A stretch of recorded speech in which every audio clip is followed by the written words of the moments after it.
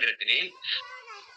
ಹ್ಮ್ ಇವಾಗ ನಿಮ್ದು ನೀವು ಎಣಿಕೆ ಮನೆಯಲ್ಲಿ ಹೆಚ್ತಾ ಇರ್ತೀರಿ, ಯಾರೋ ಮಾತಾಡ್ಸ್ಬಿಡ್ತಾರೆ, ಸ್ವಲ್ಪ ಆ ಕಡೆ ಗಮನ ಹೋಗ್ಬಿಡುತ್ತೆ, ನಿಮ್ದು ಕೈ ಕಟ್ಟಾಗತ್ತೆ. ಅಂದ್ರೆ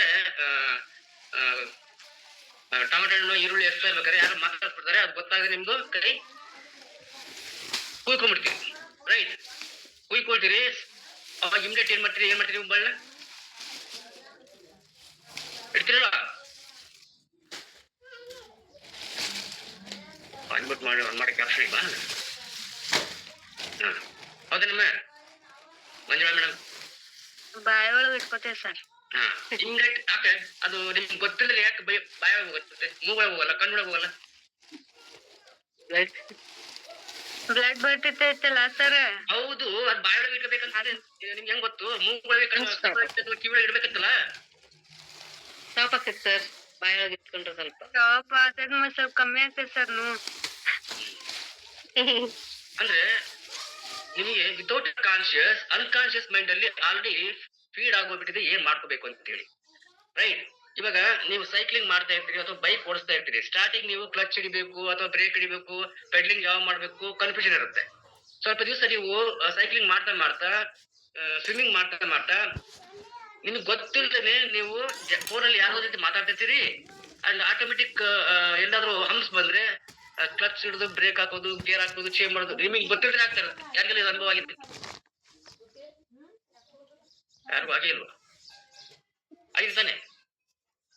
ರೈಟ್, ವಿತೌಟ್ ಯುವರ್ ನಾಲೆಜ್, ಅಂದ್ರೆ ನಿಮ್ಗೆ ಗೊತ್ತಿಲ್ಲದೇನೆ ಇಲ್ಲಿ ಹಂಪ್ಸ್ ಬಂತು, ಈಗ ಬ್ರೇಕ್ ಹಿಡಿಬೇಕು, ಇವಾಗ ಸ್ಲೋ ಮಾಡ್ಬೇಕು, ಎಕ್ಸೆಟರ್ ಕಡಿಮೆ ಮಾಡ್ಬೇಕು, ಇದೆಲ್ಲ ಆಟೋಮೆಟಿಕ್ ಆಗ್ತಾ ಇರುತ್ತೆ. ಈ ಒಂದು ನಿಮ್ಮ ಶ್ವಾಸ, ನೀವೇನು ಉಸಿರಾಡ್ತಾ ಇರ್ತೀರಿ, ಉಸಿರಾಡ್ತಾ ಇರ್ಬೇಕಾದ್ರೆ ನಿಮ್ಗೆ ಗೊತ್ತಿಲ್ಲದೇನೆ ನೀವು ಉಸಿರನ್ನ ತಗೊಳ್ಳೋದು ಬಿಡೋದು ಮಾಡ್ತಾ ಇರ್ತೀರಿ. ಅಂಡ್ ನಿಮ್ಮ ಕಣ್ಣು ಈ ಕೇಂತಾರೆ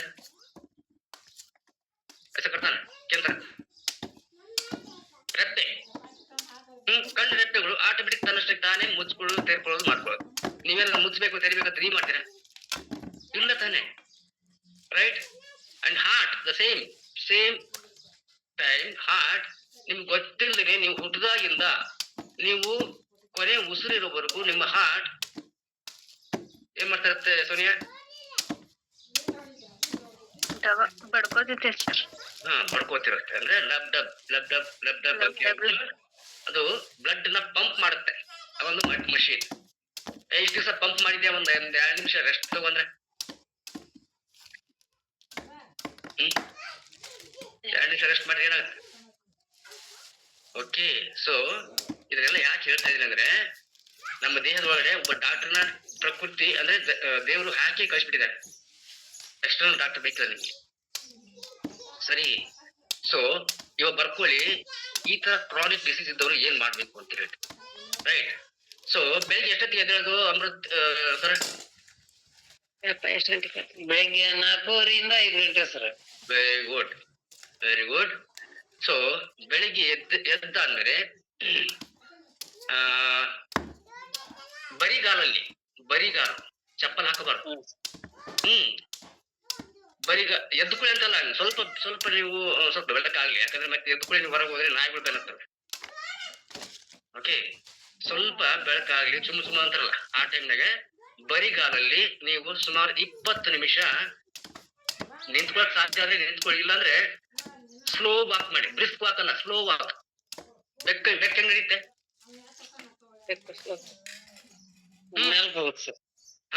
ಹಂಗೆ ನಡಿಬೇಕು. ಬ್ರಿಸ್ಕ್ ವಾಕ್ ಮಾಡಂಗಿಲ್ಲ, ಸ್ಲೋ ವಾಕ್ ಮಾಡ್ಬೇಕು, ಯಾಕಂದ್ರೆ ಕ್ರಾನಿಕ್ ಡಿಸೀಸ್ ಅಂಡ್ ಎಪಿಲೆಪ್ಸಿ ಇರೋದ್ರಿಂದ. ರೈಟ್, ಬರ್ಕೊಳ್ಳಿ. ಫಸ್ಟ್ ಏನ್ ಮಾಡ್ಬೇಕು? 20 minutes walking slow with bare foot on earth.